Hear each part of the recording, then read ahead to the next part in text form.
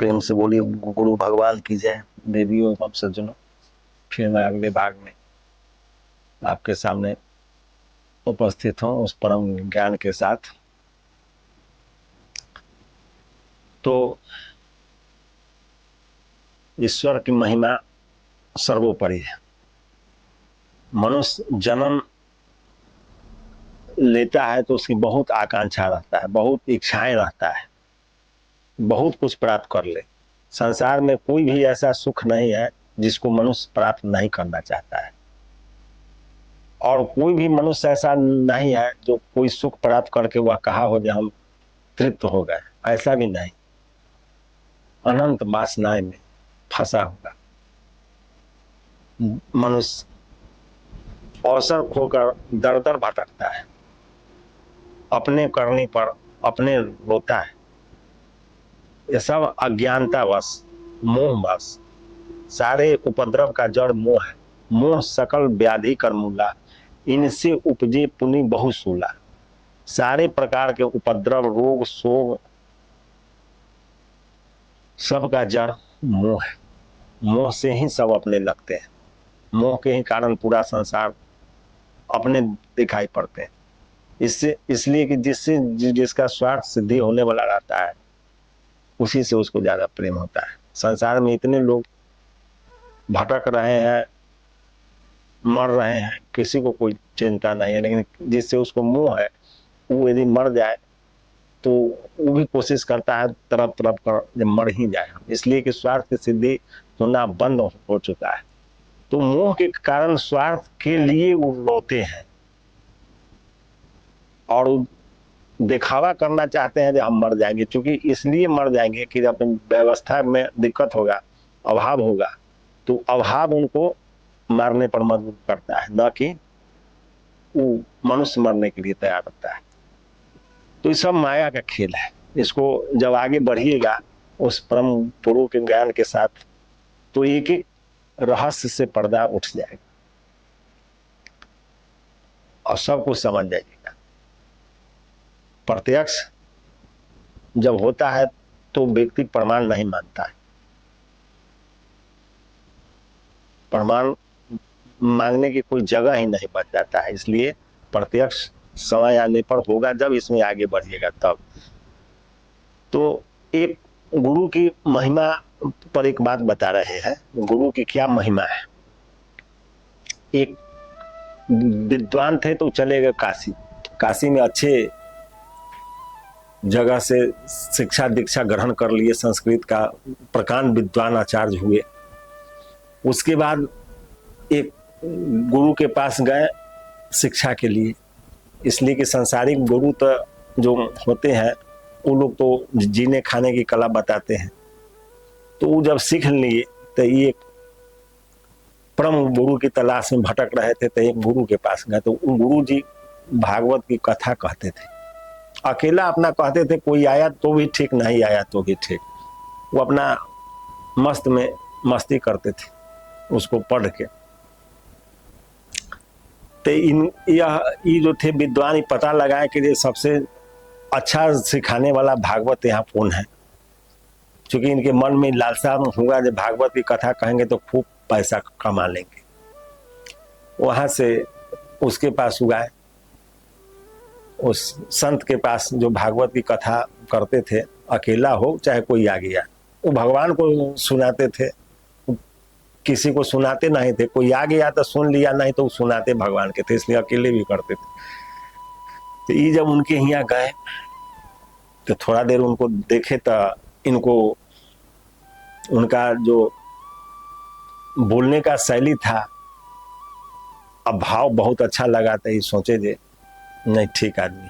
फिर ये सोचे यदि इतना जानकार में होता था और आदमी इसके पास आता, लेकिन इसके पास तो आदमी नहीं है। लेकिन फिर ये सोचे जो हमको क्या है, हमको तो इसे सीख के जाना है।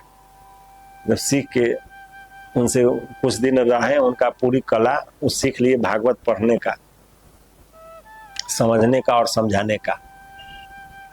तब गुरु कोई एक दिन बोले जे आप महामूर्ख हैं, आप कथा कहते हैं तो कथा कहते कहते बीच में उठ भी जाते हैं, इधर चल जाते हैं। ऐसा शास्त्र में है नहीं, अनुष्ठान करके उठना नहीं चाहिए।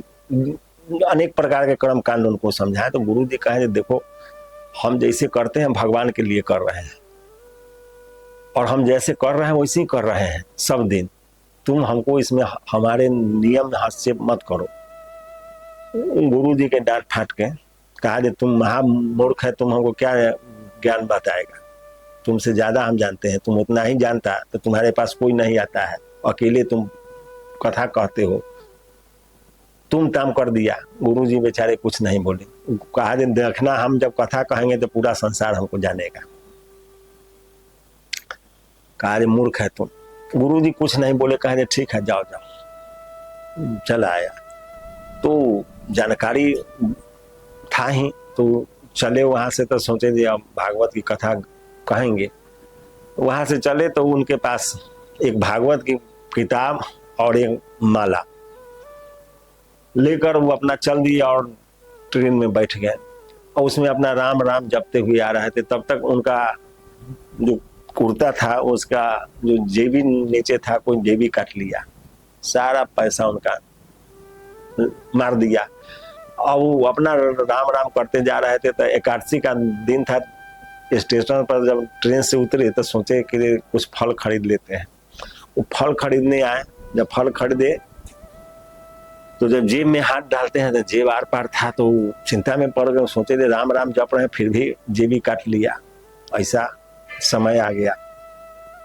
इस बीच ट्रेन भी खुल गई, तो विद्वान वहीं स्टेशन पर छूट गए। तो उस सामने ताके उधर देख रहे थे, स्टेशन से कुछ दूरी पर, तो 2-4 किलोमीटर के दूरी पर एक गांव उनको नजर आया। देहात का इलाका था, दूर दूर गांव था। तो इनको एक गांव दिखाई पड़ा। तो सोचे उसी गांव में जाकर पहले स्टार्ट करते हैं भागवत की कथा।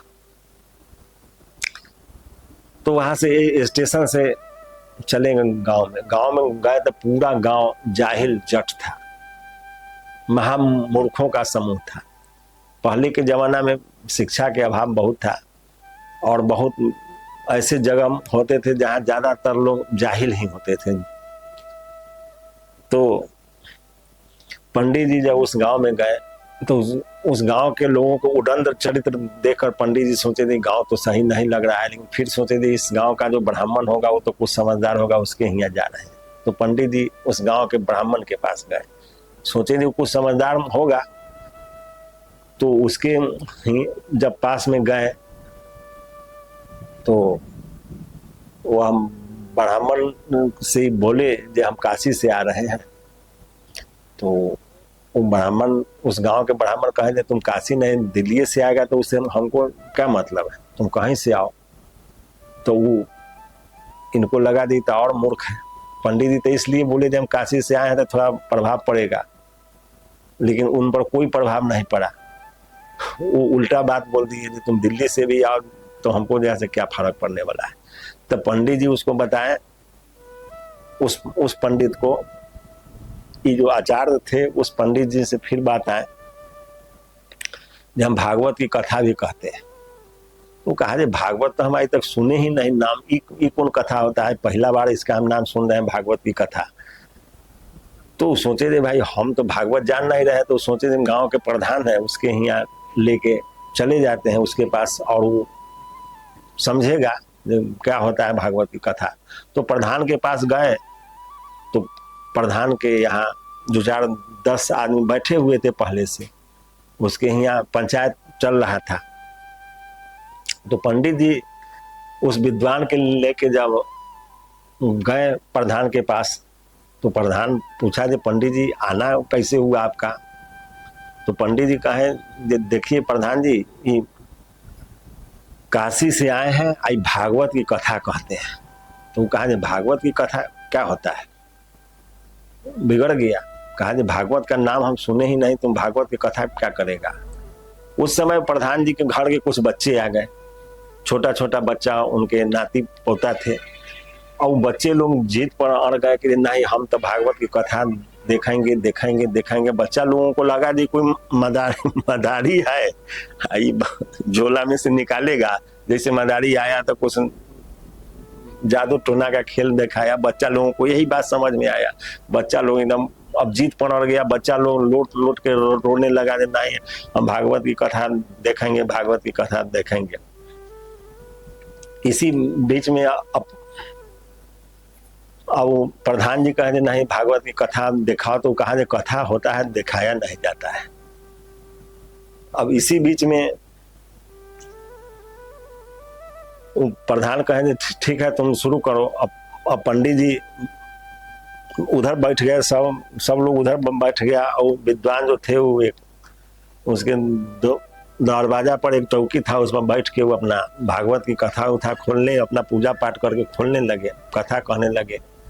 इसी बीच में सोचे थे सब सुनेगा, इस बीच में प्रधान जी उसी आधे चौकी पर आके सो गए और लगे पंडित जी के देह पर पैर फेंकने। तो पंडित जी सोचा जी मूर्ख है, तो फिर उसको किसी तरह से उठाया जी, उठिए भागवत की कथा सुनिए, भागवत की कथा सुनिए। और प्रधान जी उठे, जो विद्वान थे कथा कहने वाले उनको एक थप्पड़ जड़ दिए। अब पंडित जी उधर सोचते रह गए, तब तक इधर विद्वान ही काशी के खाए पिए हुए आदमी था, ये जो है सब ये भी उठा और प्रधान जी को लगा पीटने। अब दोनों आदमी आपस में पीटा पीटी करने लगे। एक बिना पानी के कुआं था, उसी में दोनों उलट गए। तो पंडित जी ज्यादा, आचार्य जी ज्यादा शक्तिशाली थे और वो प्रधान जी के ऊपर से चढ़ के उनका पिटाई करने लगे। तो सबको लगा दी भागवत की कथा यही होता है। गांव के लोगों को ये पता ही नहीं था कि भागवत की कथा क्या होता है। तो कोई आदमी उसको छुड़ाने नहीं जा रहा था, समझा कि कथा हो रहा है। बच्चे लोग देख के हंस रहे थे और उनको प्रधान जी के पंडित जी पीट के खराब कर दिए, पूरा मुंह हाथ सब फाड़ दिए, उसके बाद हाथ तोड़ दिए, दांत तोड़ दिए, अनेक प्रकार से पिटाई हुआ। तो भाई उनके घर के लोगों को मालूम चला भागवत की कथा हो रहा है, सब लोग कथा देखने आया। तो उनके घर के लोग कहा भाई विद्वान से अर्जी विनती किया जी, आप सब कुछ ले लीजिए घर द्वार का, लेकिन इस कथा को बंद कर दीजिए, क्योंकि ये कथा हम लोग देखना नहीं चाहते हैं, बहुत खराब कथा है। गांव के भी लोग सब देखा प्रधान जी का हाल, तो कहा कथा बंद कर दीजिए, हम लोग नहीं देखना चाहते हैं। तो पंडित जी देखे कि ये सब मूर्ख है, तो पंडित जी कहे 500 रुपया लाओ, उसके बाद ही कथा बंद होगा। तो 500 रुपया लेने के बाद वो कथा बंद कर दिए। तो उसके बाद उस कुआं से किसी सीढ़ी के सहारे अब निकले वहां से, और उसके बाद पंडित जी उधर चले गए और इधर चले आए। तो उस जगह जितने लोग थे वो सब लोगों ने कहा कि देखिए भागवत की कथा कभी नहीं कराना चाहिए, और तो गांव में कोई नहीं कराया, लेकिन कम से कम जाने दीजिए, आपका इतना हाल हुआ तो हुआ, लेकिन भागवत की कथा तो कम से कम देख लिए हम लोग, इसलिए अब से इस गांव में भागवत की कथा नहीं होगा। और पंडित जी भी अपने घर चले गए और वो विद्वान भी अपना 500 रुपया लेके चले गए। तो कहने का यह तात्पर्य है कि बिना गुरु के ज्ञान के और अर्ध ज्ञान, आधा ज्ञान धारण करके आप यदि भटकने चले हैं, ज्ञान देने चले हैं, तो फिर संगत भी वही होगा और उसका प्रभाव भी वही होगा, फल भी वही होगा। इसलिए महापुरुष बताएं गुरु की आज्ञा को जो काट के जो जहां जाता है वहां काल का वास होता है, जहां जाए वहां काल है। कहे कबीर विचार, कबीर दास इस पर विचार करके कहे जो जहां जाएगा वहां उसको काले से भेंट होगा, उसका कल्याण कभी नहीं होगा। इसलिए फिर अगले भाग में जय गुरुदेव।